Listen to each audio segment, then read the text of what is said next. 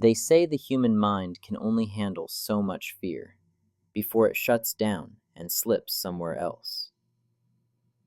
But what if someone's mind didn't just break that night? What if it crossed over? Tonight, we follow a woman who walked away from a car crash on a lonely Montana highway and was never seen again. No body, no evidence, only footprints that ended in the middle of nowhere, and the wind that still carries her name. This is Mystery Trails, where the stories are true, the answers are gone, and the trail always leads deeper into the unknown. So settle in, because tonight's trail begins with a woman whose final steps simply vanished into the dark.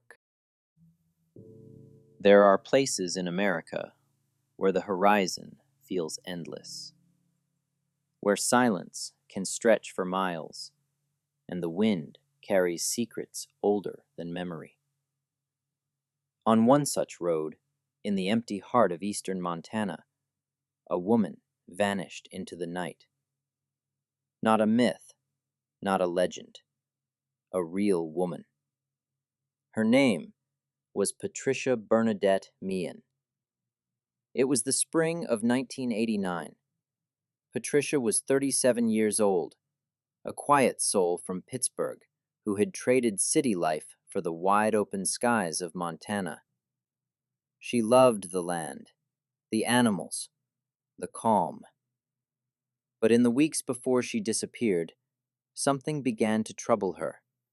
She grew restless, anxious. Her friends said she was pacing at night, talking to herself, like she was trying to outrun something inside her own mind. On April 19th, she called her father back in Pennsylvania. She told him she was under pressure and might come home soon. He offered to buy her a plane ticket. She said she would drive instead. Her voice was calm, but distant. It was the last time he ever heard her speak. The next evening, April 20th, 1989, the moon hung thin above the Montana plains. Patricia packed her gray 1987 Pontiac Acclaim and drove east on Highway 200. Out there, the road runs lonely. No lights, no houses, just miles of wind-bent grass and the hum of tires on asphalt. Around 8:15 p.m., two cars approached from opposite directions. In one was Peggy Bueller and her father, heading home from a visit. In the other, Patricia Meehan. But something was wrong. Patricia's car was in the wrong lane, coming straight toward them. Bueller swerved into the ditch. Her father shouted. A split second later, Patricia collided head-on with another driver, off-duty police dispatcher Carol Heights. The crash echoed through the empty night. Metal folding, glass breaking, then silence. Heights stepped from her car, dazed. She expected to find another driver shaken and frightened. But what she saw was something she could never explain. A woman climbed slowly from the wreckage, blonde hair falling into her face, her eyes wide, unfocused. She walked toward Heights and stopped just a few feet away. Heights said later, "She just stared at me, like she was looking through me." Across the road, Peggy Bueller watched in disbelief. The woman, Patricia, had already crossed a fence and was standing in the dark field beyond. She wasn't crying. She wasn't running. She was just standing there. Bueller said, "She looked like a spectator, like she was watching her own accident." Then, Patricia turned. She stepped farther into the pasture and walked away. The night swallowed her. When deputies arrived minutes later, Patricia's car sat empty. The keys were gone. Her purse was missing. Only a faint trail of sneaker prints led away from the wreck, across the fence, and into the prairie. They followed the tracks for nearly 3/4 of a mile. Then they stopped. No footprints beyond that point. No sign of struggle. No body. Just the sound of wind brushing through tall grass.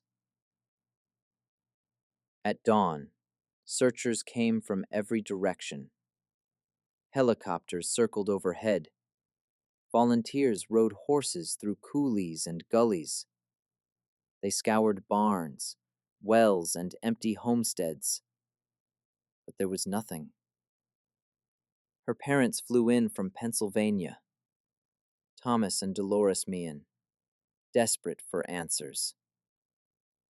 They printed 2,000 flyers with Patricia's smiling face and handed them out in towns across Montana.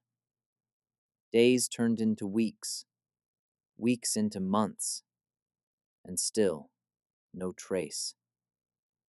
It was as though she had stepped out of one world and into another.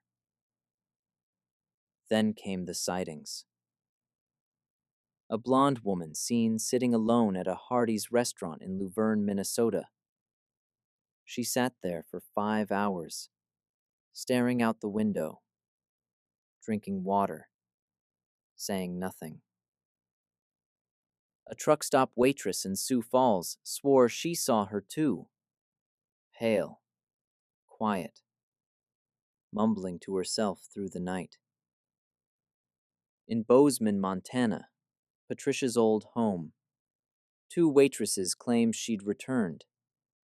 They said she kept repeating the same phrase over and over. I have to be somewhere at 9. None of these sightings could ever be proven, but each story carried the same detail, the same faraway look in her eyes, like she was alive, but already gone. Over the next few years, police recorded more than 5,000 reports of a woman matching Patricia Meehan's description. Always alone, always wandering, always silent. Some believed she suffered a head injury that night, lost her memory, and kept moving, forever trapped in a fog she couldn't escape. Others whispered of darker possibilities, that someone found her first and made sure she was never found again. But there were those who swore that she never left that field at all. Truckers passing Highway 200 still tell stories. They say that on cold nights near the crash site, you can see a woman walking along the fence line. She doesn't flag you down. She doesn't move from the road. She just stands there, watching. And when your headlights pass, she's gone. 35 years later, Patricia Meehan is still missing. Her parents are gone now too, never knowing what became of their daughter. The official case remains open, but time has covered the truth like dust on the prairie. Maybe she wandered until exhaustion claimed her. Maybe she hitched a ride and started a new life somewhere far away. Or maybe she stepped through something unseen, a door that opened only once, in the quiet after the crash. Her footprints ended in that Montana field, and no one has ever found where they led. If you ever find yourself driving that stretch of Highway 200 and you see a figure by the fence, don't stop. Just remember her name, Patricia Meehan. Because some trails never end, they just fade into the dark. They say the Montana wind never stops whispering. Maybe it carries her name. Maybe, somewhere out there, beyond the fence line, Patricia Meehan still walks between our world and whatever waits beyond it. What do you think happened that night? Did Patricia lose her way or step through something we'll never understand? Share your theory in the comments below. Every voice helps keep her story alive. And if you believe some mysteries can't be buried by time or distance, subscribe to Mystery Trails, because out here, the road doesn't always lead home. Sometimes it leads deeper into the dark.